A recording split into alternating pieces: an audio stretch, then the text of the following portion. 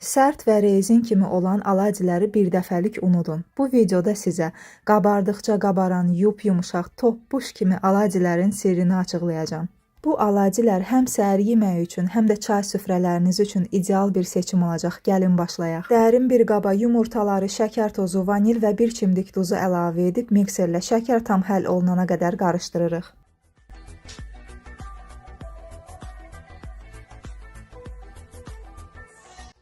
Daha sonra üzərinə ilıq südü əlavə edib yenidən qarışdırırıq.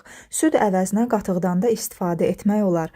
Manna yarmasını isə bura hissə-hissə əlavə edirik ki, içində düyünlər qalmasın. Baxın dostlar, xəmirin teksturası məsələ belə olmalıdır. Qaşıqdan ağır şəkildə süzülməlidir. Üzərini örtüb 15 dəqiqə saxlayıram ki, manna şişsin. İndi isə əsas sir məhz bundan ibarətdir. Sodanın ən sonda əlavə olunmasında. Sodanı limon suyu ilə söndürüb əlavə edirəm ki, xəmirə acılıq verməsin. Əgər siz südlə yox, qatıqla hazırlayırsınızsa aladjiləri, onda sodanı söndürmək lazım deyil. Çünki qatığın turşuluğu sodanı onsuz da söndürəcək. Və əlbəttə ki, yaxşı olardı ki, turşumuş qatıqdan istifadə edəsiz. Qızmar duru yağda aladjiləri hər iki tərəfli qızardıram. Qapağını bağlayıram ki, içi yaxşı bişsin. Bir tərəfi qızardıqda, digər tərəfini qızardanda artıq qapağını bağlamağa ehtiyac qalmır.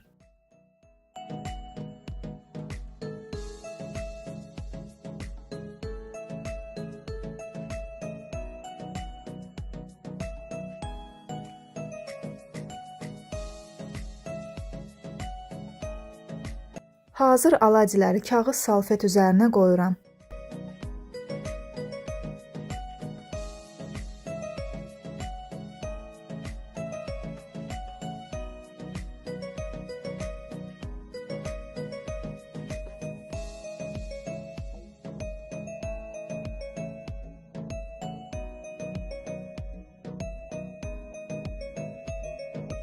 Və budur dostlar, görün necə gözəl aladjilər alındı.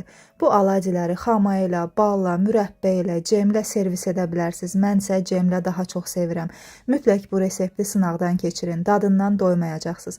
Əgər videomu bəyəndinizsə, bəyən düyməsinə basıb kanalıma da abunə olmağı unutmayın.